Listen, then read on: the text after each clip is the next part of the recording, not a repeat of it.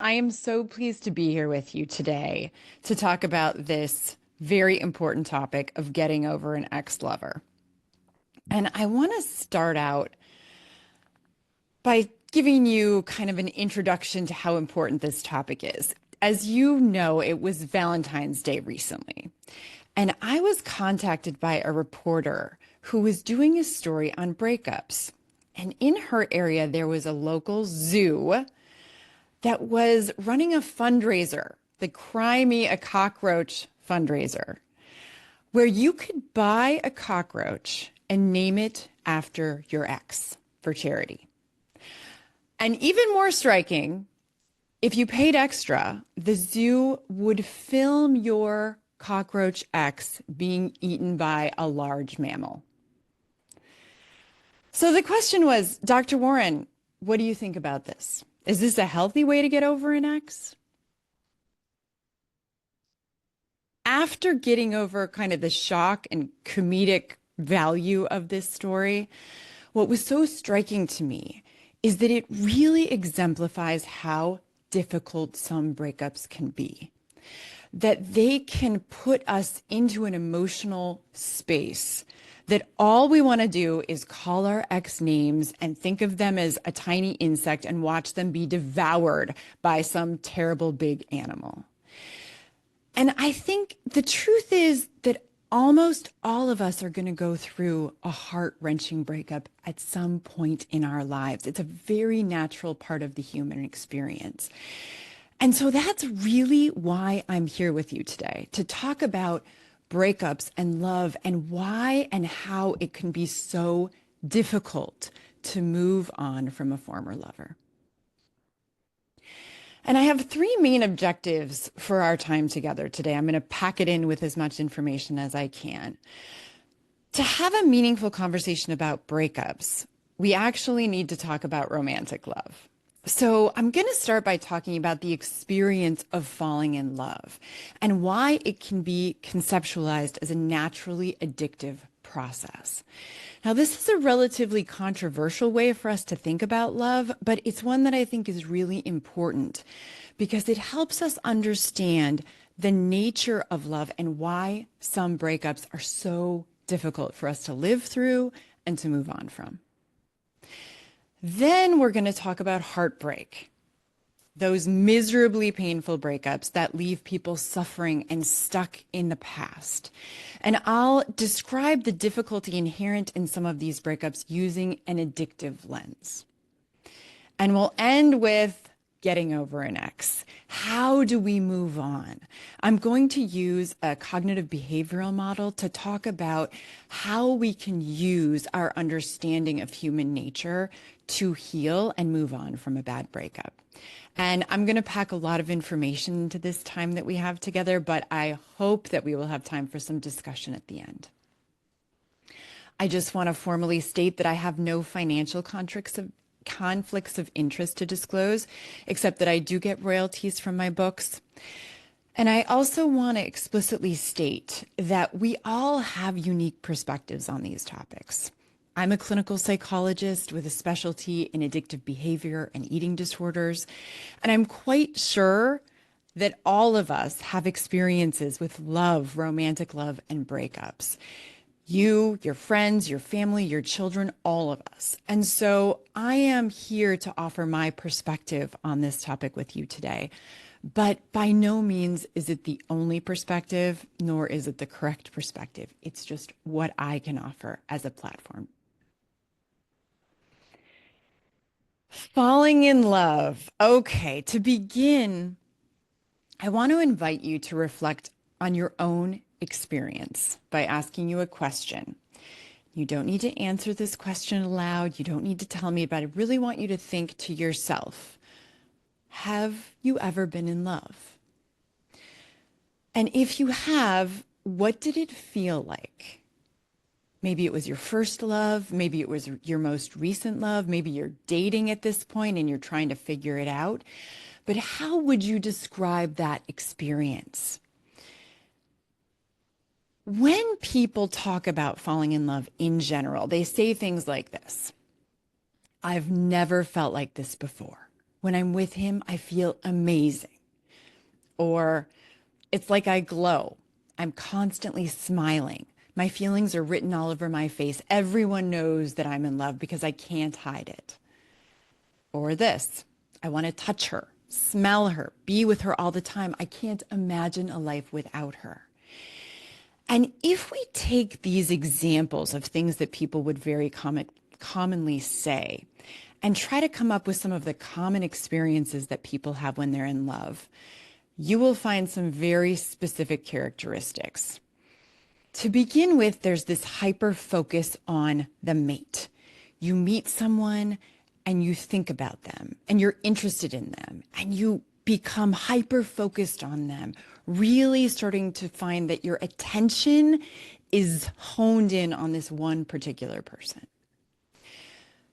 We think about them. When we're in love, we fantasize about them. Research by Helen Fisher really pioneered looking at the brains of people who were in love and how they reported their experiences as it connected to their brain function. And she found that about 85% of our waking hours when we're in love is spent thinking about our mate, which is kind of mind-blowing if you think about how much time that is. We experience strong emotions, euphoria, passion, excitement, anger, jealousy, all surrounding this one person who we have deemed our lover, this very important person in our life. We want to touch them. We want contact with them. We want to be around them. And in this way, we start to plan a life together with them or in our own mind that says, we have a coupled identity. I am partnered with this person. I think they're amazing. I think they're magical. I feel wonderful when I'm with them. And these characteristics of falling in love have led many scholars to suggest that falling in love is actually an addictive process, a naturally addictive process. So what do I mean by that? What do I mean by an addictive process? Well, often when we hear the term addiction, most of us think of substances. We think of drugs and alcohol. But emerging research suggests that we can become addicted to a behavior or a process. And it's because of the reinforcing effects that that behavior has in our brains. So in mental health circles, you'll hear people refer to this as a process addiction or a behavioral addiction. Things like chocolate, highly processed foods, gambling, gaming, pornography, excessive internet use, social media, and even things like sex and love. The idea that love can be addictive is actually not a new one. And if you look at literature and music over the last many centuries, you will see portrayals of romantic love in a much more passionate, euphoric way than I could ever convey to you. But in psychology, this idea was really pioneered by Peel and Brodsky in their book Love and Addiction, which came out in 1975, who noticed that many of their clients who were in love or were in very dysfunctional relationships but didn't seem to be able to leave them seemed like they were addicted to their mate. So what does that mean, being addicted to a lover, being addicted to a mate, and why would it matter? Well, there are 6 primary components of any addictive behavior that make it problematic. And this can relate to any addictive stimulus. So it could be a drug, it could be a slot machine, it could be a lover, it could be pornography, but whatever the addictive stimulus is, it will have these 6 core components if it's problematic in a person's life. The first is that it has central importance. Whatever the addictive stimulus is the most important thing in the person's life and becomes the central focus of the person's life. It modifies their mood. So using the drug helps them feel good and not feel bad.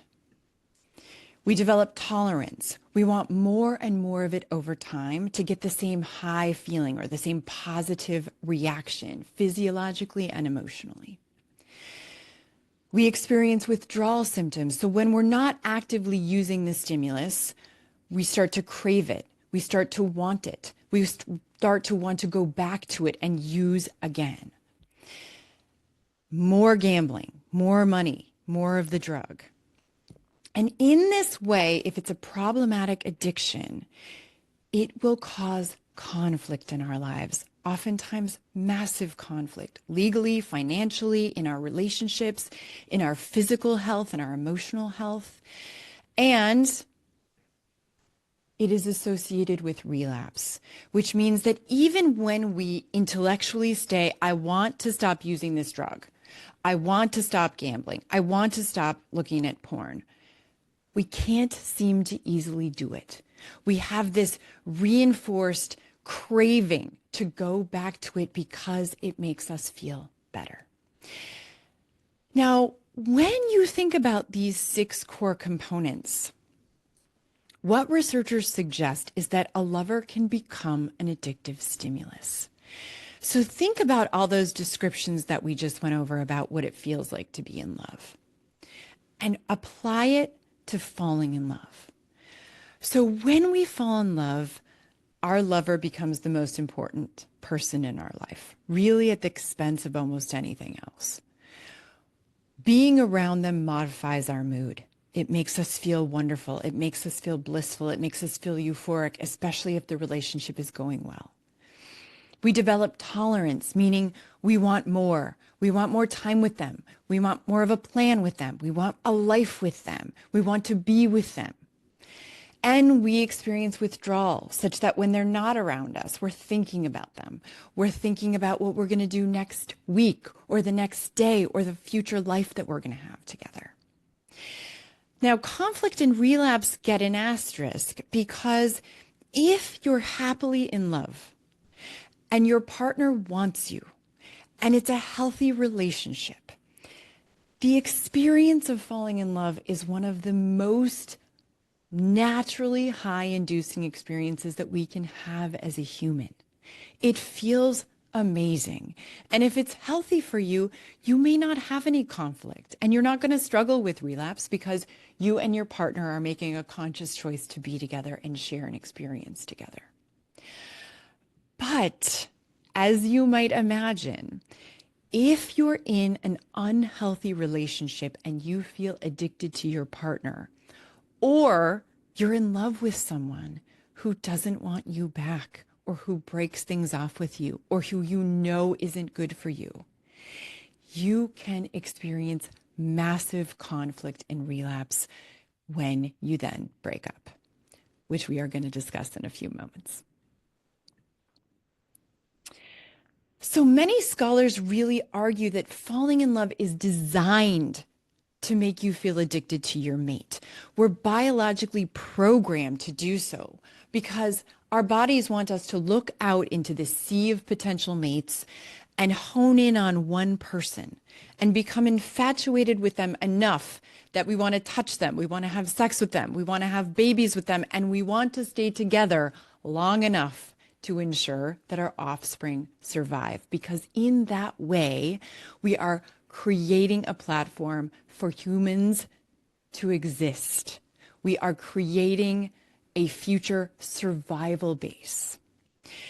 And there is some strong emerging research to suggest that this is true. So from a neurobiological standpoint, there's a great deal of research that's starting to suggest that falling in love is associated with changes in activity in brain regions that are associated with motivation, with cravings, with desires that promote our survival. This is a very old part of our brain that really shifts a whole host of neurotransmitters and hormones like dopamine. You get a dopamine hit when you're high.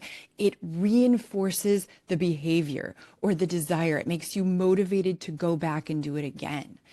It shifts serotonin levels, glutamate, norepinephrine, and a whole host of hormones.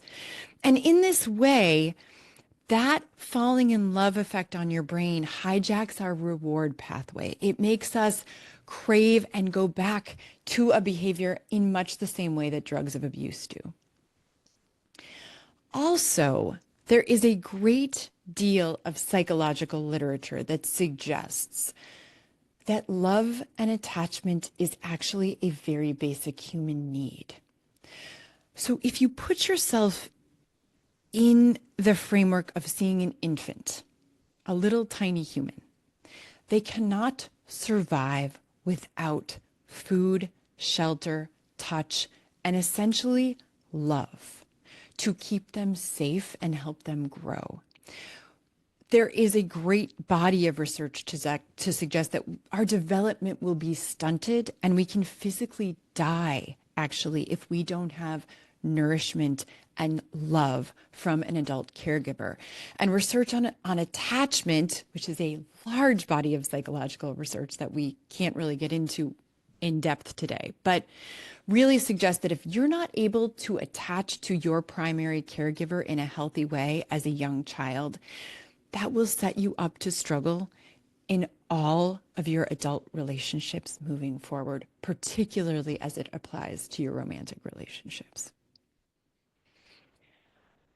So that's a mouthful introduction to falling in love and how it can be an addictive experience for us as humans. We're biologically and psychologically driven to become addicted to our mate. And if it's a healthy reciprocated relationship, that's not inherently problematic. That's not something that you're going to come into therapy for and say, I have a problem. I'm in love with someone to have this magically wonderful life with them.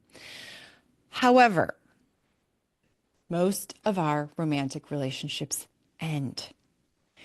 And if you fell madly in love with someone and then broke up, the experience tends to be particularly miserable. Some breakups can be absolutely devastating.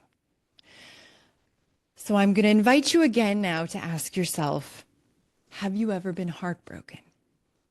Have you ever been through a breakup with someone you really loved, where you were haunted by memories, by unanswered questions, by the what ifs, where you were consumed by emotion, you were angry or frustrated or sad or embarrassed or in profound despair because the relationship did not work the way that you wanted to? It also could be that you have someone else in your life that is going through this, a child, a friend. All of us have seen people go through heartbreak. Again, it's something that the large majority of us are going to do at some point in our lives. Research also suggests that you're very likely to break someone else's heart in this life. So we're not, any of us, going to get away from this without being unscathed in this life. When you hear people going through terribly painful breakups, it's common to hear things like this. I can't stop crying. I'm totally lost. I can't live without him. I don't want to leave my house.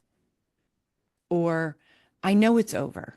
I know she doesn't want to be with me, but I can't let go. It's still like she's occupying space in my mind, even though I rationally know it's over.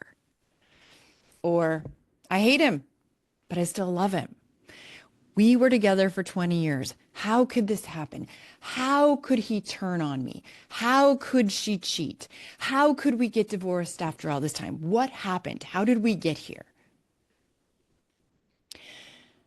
When you think about heartache, we all know that some breakups are harder than others. Not all breakups are the same. And there are a host of factors that are going to influence how hard a breakup might be. Things like how strong your feelings were for the person. If you weren't in love with them, it might be a relief to break up. The timing. When did the breakup occur? Was it your first love? Was it after 20 years of marriage? Was it after 45 years of marriage? Was it someone you just met? What was the reason for the breakup? Did somebody cheat? Did somebody have an affair? Did somebody just not love you? Did they not reciprocate your emotion?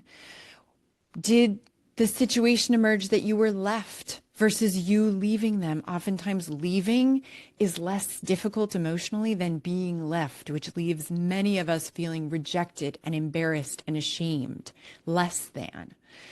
Your age at the time, when the breakup happened in terms of your development, when it's your first love, oftentimes people will describe the heartache being miserable because they don't have a sense of identity yet. They don't have a self-esteem construction where they can say, I know I can get through this. I'm still me.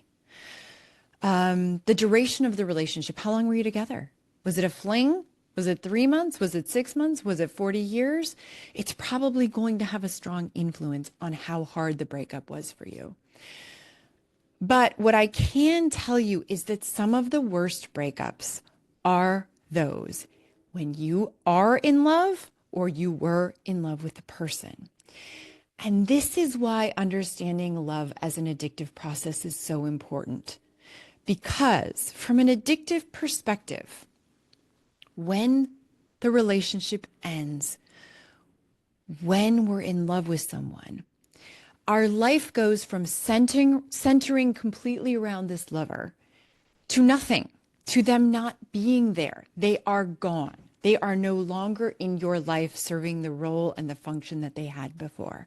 And in that way, we enter into a state of withdrawal where they are no longer there. And if you are madly in love with someone who is occupying your mind and your heart and your emotions and your thoughts and your planning for your future, and then they're gone, that experience of withdrawal often does a number on your psychological state. And you are very likely to enter into a period of your life where there is a tremendous amount of conflict that is caused by a whole host of unpleasant symptoms. And you are very likely to relapse in this context, meaning wanting to go back to your ex, wanting to make it work, wanting to convince them that you should stay together, wanting to change yourself to accommodate, wanting to do anything to get back together so that you don't feel as bad in the moment. Some of the most pronounced symptoms of a love-addicted breakup, what I will call love-addicted, when you're in love with someone and you break up, are obsessive thinking.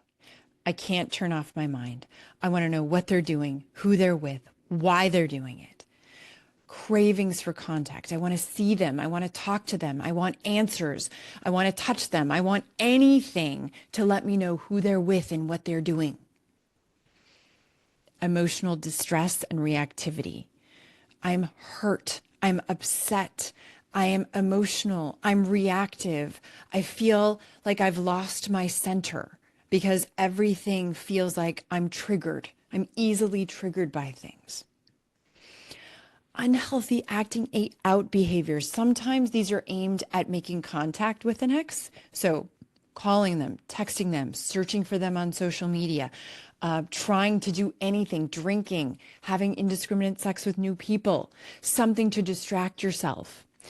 And sometimes they have to do with being impulsive. So when you just can't seem to choose what you're going to do, but you react in a way that completely cuts off your critical thinking about what you're doing.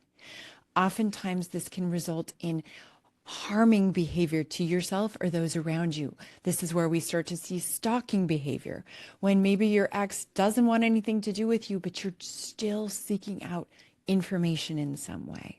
That's an extreme situation, stalking. But unhealthy behaviors aimed at getting information or feeling close are incredibly common, especially in this digital age that we live in right now. Mental health challenges, anxiety, depression, substance use, very common after a breakup. Changes in your physiology, crying a lot, not being able to sleep, not eating well, not engaging in basic self-care like exercise. And when you think about those core symptoms that happen really right after a bad breakup, there are all these associated challenges that happen really with any breakup, even if you're not addicted to your ex. There's usually a massive lifestyle change when you go through a breakup. You're going from a coupled person or a person who consider themselves to be in a relationship to being on your own. And what does that feel like? And what is that experience? Maybe you're moving out of your house, or you're separating your finances, or you're having to figure out custody of your kids or your grandkids or your pets, or whatever the situation may be. There's often a massive identity shift during a breakup. So who am I now that I'm single? Who am I without this person in my life? Maybe you haven't been single in decades. And it's like, well, who am I now? I don't know what that means. Oftentimes, for first time big breakups, there wasn't, especially if it's a teenager, a really strong sense of self yet anyway. And so those breakups can send them into a tailspin of crisis, of I am so embarrassed. Who am I? Nobody's going to want me ever again. I'm broken. I've been shamed. I've slept with this person, and now there's something fundamentally wrong with me. That's a really tough reality to enter into after a breakup. Oftentimes, it leaves people questioning their fundamental beliefs, particularly if they believed their ex was someone who they aren't, or if they believed they were someone who they don't appear to be anymore. So looking at our values and what we really care about, and whether we're living a life that we really aspire to, whether we're being authentic to ourselves, and what that even is anymore. These are really common challenges that people face after a breakup. In addition, we can think about some breakups as requiring a grieving process. So grief is really the loss of something that really mattered to you. It could be a person, it could be a death, it could be a breakup, it could be a job, it could be an identity. But as applied to romantic love, breakups often feel like a loss. Even if it's something that we choose, even if we are leaving a relationship knowing that it's in our best interest, there still is a grief process that a lot of people go through because it is a loss. Sometimes it's the loss of a dream. Sometimes it's a loss of a promise that you thought you were going to have this life that never materialized, that never came to fruition. So heartbreak is associated with a host of really difficult psychological, physical, lifestyle changes that can put people into a very difficult cycle of despair. Now, when I describe the addictive cycle, so again, going back to those people who feel really addicted to their mate, when I describe that to them, especially when they're going through a bad breakup, I will use a diagram like this, where I will say, for you right now, your ex is like a drug. And using your drug is essentially contact with them, sleeping with them, texting them, trying to get a late night booty call, trying to see what they're doing on social media, anything to make you feel closer to them. And the reason that that happens is that when you have contact with them in the very short term, you will feel a little bit better. Even if it's a fight, even if you're screaming at them at the top of your lungs because you think they're the worst person ever, they are absolutely the cockroach, you will feel a little bit better. You'll get a little dopamine hit, and it will reinforce that you're doing something productive, and it will feel good. The problem is that this will put you in a terrible cycle of addictive behavior in your life because your ex is still the center of your life, even though you're broken up. And in that way, they maintain their power in your life. They stay at the top of your energetic totem pole when, in fact, what we really want you to do is turn your vision away from your ex and onto yourself. Because this is your opportunity now to heal, to understand yourself, and to enjoy the next great phase of your life without your ex in it. But as long as you're fixated on your ex, what's going to happen is you're going to be looking at old photos, you're going to be reading text messages, you're going to start a fight, you're going to wear their old t-shirt, you're going to have their toothbrush in the bathroom. You're going to stay stuck on them, living a life with them, even though they're no longer there. And in that way, You're going to continue to obsessively think about them. You're going to have intrusive thoughts about them. You're going to have cravings to reach out and be close and get back together and get answers to all of the millions of questions you're going to have about why you broke up and why it can still work. You're going to be reactive and emotional. You're going to act out in behavioral ways, and it's all going to be aimed at feeling close to them again. This really is the nature of any addictive cycle, where the addictive stimulus is the most important thing in your life, and everything will revolve around it in a highly conflictual, damaging way. So, now what? What are we going to do? Love is naturally addictive. When it's good, it feels great. When it's heartbreaking, it's devastating. How do we get ourselves out of it? How do we move away from the addictive cycle? The cognitive behavioral model can be really helpful to help us understand ourselves and the healing process as it applies to any behavior, particularly any behavioral addiction. Because the crux of CBT is really that the way that we think, our thoughts, will dramatically influence the way that we feel emotionally and the way that we want to act.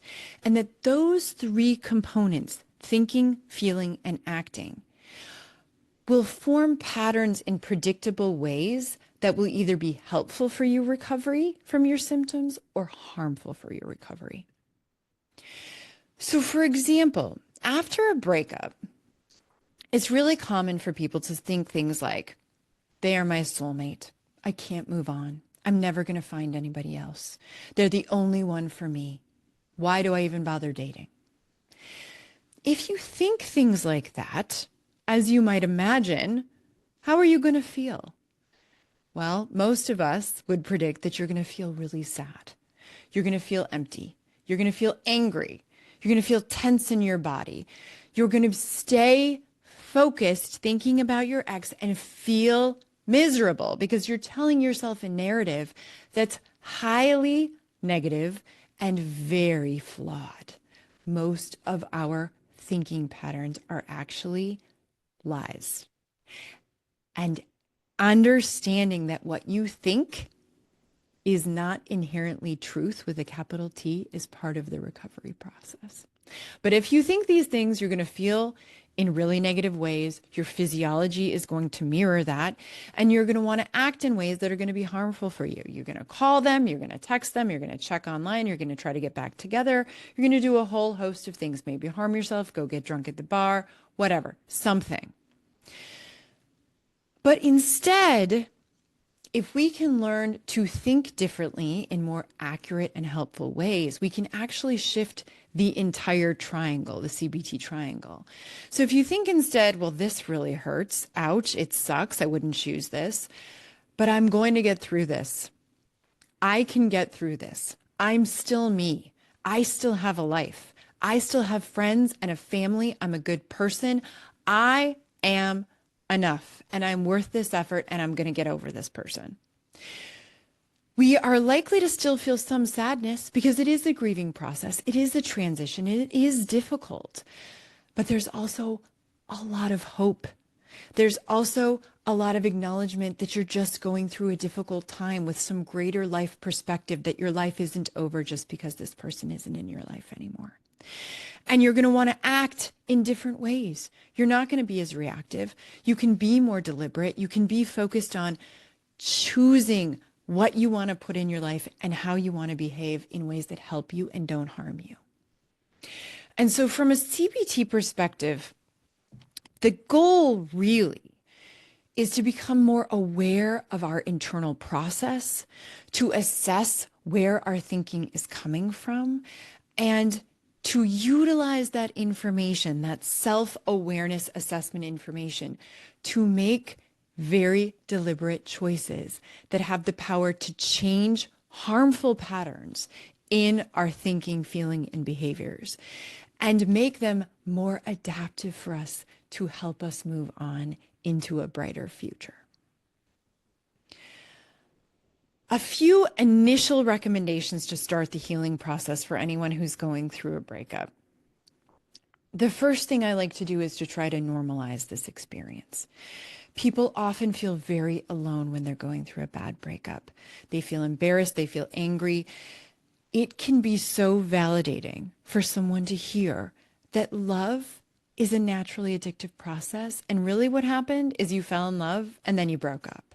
And actually, this is really common and it's really normal for you to feel heartbroken for a while because breakups can be brutal. To really focus on self-care and social support. Because during breakups, most people are really looking externally. They're looking at their ex, they're focused on their ex, and everything that they talk about with loved ones is about their ex for a while. But if we can turn our focus to ourselves, to look in the mirror, to say, what can I learn about myself? What do I need to do to take care of myself? And how can I utilize my friends, my family, groups to support me in a healthier process as I grieve and move forward? The more you take care of yourself, the easier it's going to be to utilize the core CBT skills that you can learn and practice in your life to move on.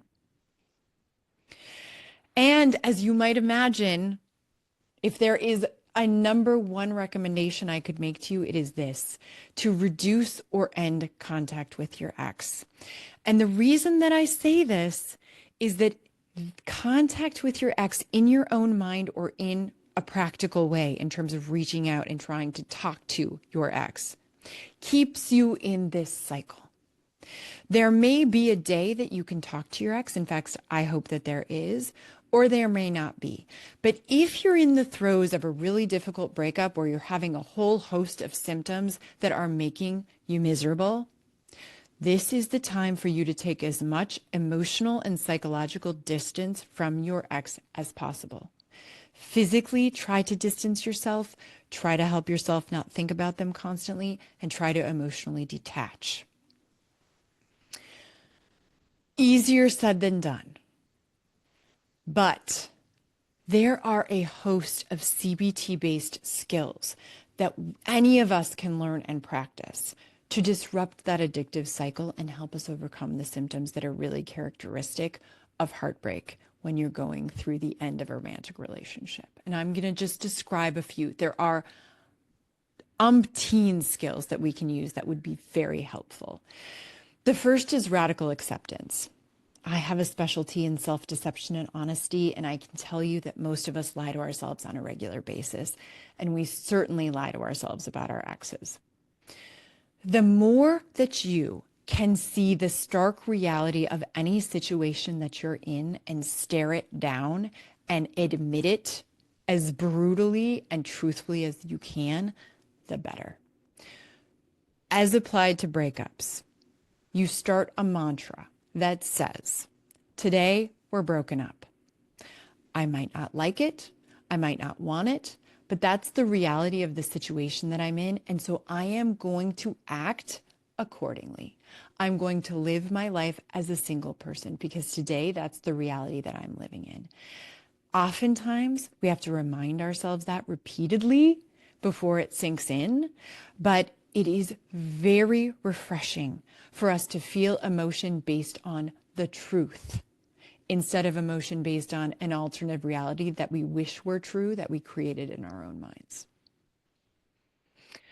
Distress tolerance. This is really the ability to learn to sit with negative emotion. Because as all of us know, life is really hard. We are all going to encounter adversity. We're all going to live through painful experience, every single one of us. And the more that we can learn that negative emotion is not inherently dangerous, it is not going to kill you. It is not going to ruin your life to feel anxious, to feel sad, to cry, to be there in the heartbroken moment. And that in fact, if you can learn to tolerate it, if you can learn to sit with it, what you're going to do in the long run is prove to yourself that you're strong enough, that you can get through it, that you can tolerate the negative emotion, and that at some point you're going to start to feel better.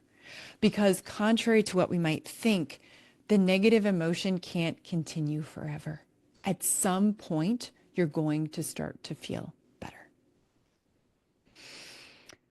Cognitive restructuring. This is a version of what I just described to you in terms of the language that we use, the lies that we tell ourselves in our own mind about our breakup, about ourselves, about love. So cognitive restructuring is learning to evaluate the accuracy and honesty of your thinking patterns. It's the ability to pause and say, I'm thinking that I'm never going to get over my ex. I'm thinking they're the only one for me. What evidence do I have that that's true? And what evidence do I have that that's false? And gosh, there's a whole host of evidence that that's false, including the fact that I've dated before. There are a lot of people in the world. I have a whole life to live still. Okay, I have to shift my thinking to be more accurate and more helpful so that I can overcome these symptoms that I'm feeling in a more honest way. That takes a tremendous amount of practice. All of these skills take practice. Anything that you do in CBT means that you actually have to actively practice in your personal life. What I can say is that it's very effective in reducing your symptoms, and it does get easier over time. I also want to just note that as some of the symptoms reduce because of the skills that you can learn to use in practice, it presents the opportunity to do a deeper dive into yourself.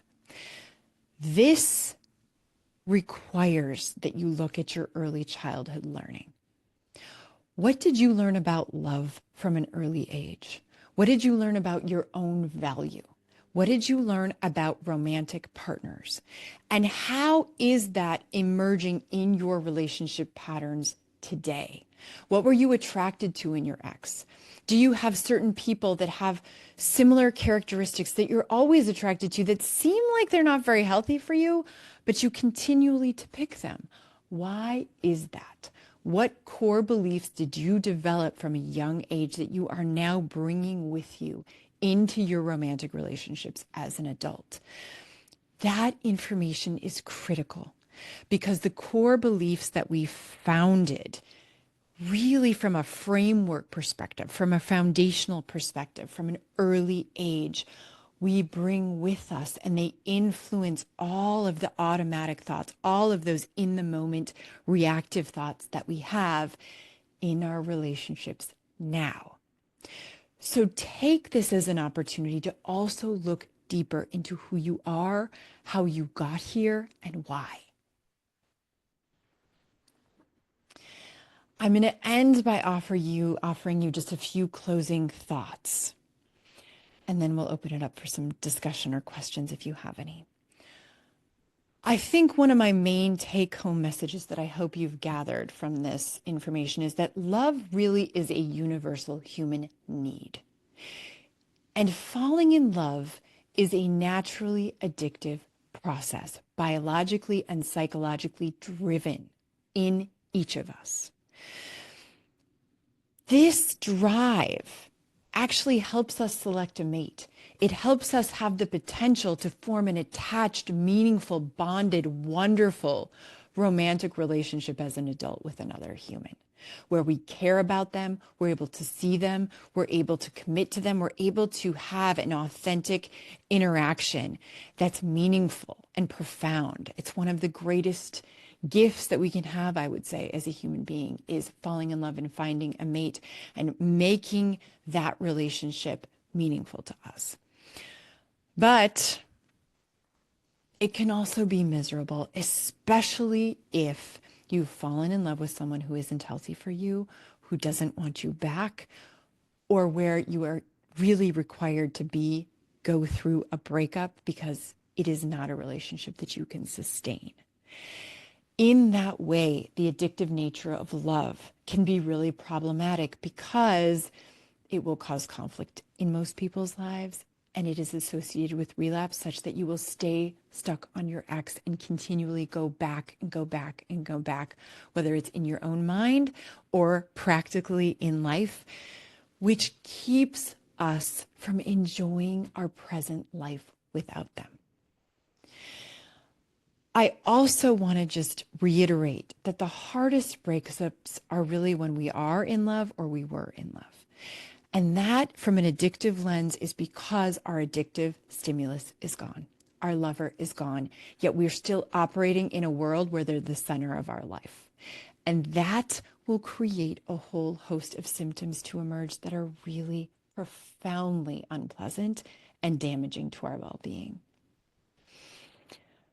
The great news, though, is that cognitive behavioral therapy and the skills associated with it can be incredibly helpful. They will help every one of us understand the thought, feeling, behavior patterns that operate under the surface of our lives. And as we start to understand them, we can intervene in the really unhelpful addictive cycle that emerges in many people's lives. They can also be used to do a deeper dive into who we are and help us shift our behaviors such that our choices are more reflective of authentically what we want in our lives, who we aspire to be, and how we want to live. I also need to say that this is a very controversial way of thinking about romantic love and breakups. In general, people don't conceptualize love and breakups from an addictive lens, and behavioral addictions of all kinds, gambling, gaming, internet use, pornography, are incredibly controversial even among psychologists. What I can say, though, is that research on behavioral addictions is booming. It is a very hot topic. Gambling disorder is the first behavioral addiction that was ever formally diagnosed in the DSM-5, which is the psychological manual for diagnosing mental disorders. And my strong hypothesis is going to be that in future iterations, we're going to see more behavioral addictions reach diagnostic criteria where people will be diagnosed with an addiction to a behavior, to a process. I will also say that in the 12-step community, many organizations have been onto this idea for decades. So Codependence Anonymous, Sex and Love Addicts Anonymous have been around for 30, 40 years. And so some people have really identified with being an addict to a lover or to the process of falling in love even, or having sex in ways that have been very harmful to them, and have sought out 12-step based programs and support groups to try to address that have been very effective for a large group of people. I also want to say that the end goal of therapy or of our personal journeys of getting over heartbreak is for us to come to a place where we have no reaction at all to our ex. It's the ability to see our former lover in totality, in all of their light, and have no reaction at all. And the reason for that is that love is not the opposite of hate. The opposite of both love and hate is indifference. It's looking at your ex, thinking they're a cockroach, and eventually seeing them and saying, they're just a person. They had all their own baggage. They had their own life to live. I can see them now. I see their name. I see their picture. And I can even smile because I can say, thank you for the opportunity. Thank you for the relationship that we had. It taught me a lot about myself, about who I am and what I want for myself. And I can see you now remarried or with your new lover or doing whatever you're doing, and have no real reaction at all except gratitude. Because the ultimate goal of anything that we do in psychology, from my perspective anyway, is really to acknowledge the journey of life as a human being. That this is a messy journey, that this is a difficult journey, that you're going to have all kinds of experiences and symptoms and lovers and losses that are going to challenge you. And the best that you can do as a human is to use those opportunities to explore yourself, to do a deeper dive, to say, wow, here I am now. What can I learn from this? How can I use this information to help me? How can I use this information to feel better about my life and who I am? Because our value is not determined externally. Our value comes from within. Whether you're dating your ex or married or single is irrelevant in the grand scope of your life in terms of who you are and how much value you have. And that is something that I hope every single person listening understands to their core. You determine your value. If someone left you, cheated on you, hates you, you have the same value. And what I need and want for you is for you to believe that. So with that, I really thank you for having me. This is a book that I just recently wrote. It's a self-help book called Letting Go of Your Ex, CBT Skills to Heal the Pain of a Breakup and Overcome Love Addiction. It is full of practical CBT-based skills and tools to evaluate yourself, to assess yourself, and to practice the many, many, many ways that you can help yourself stop the most upsetting symptoms that many people experience when they're going through a breakup.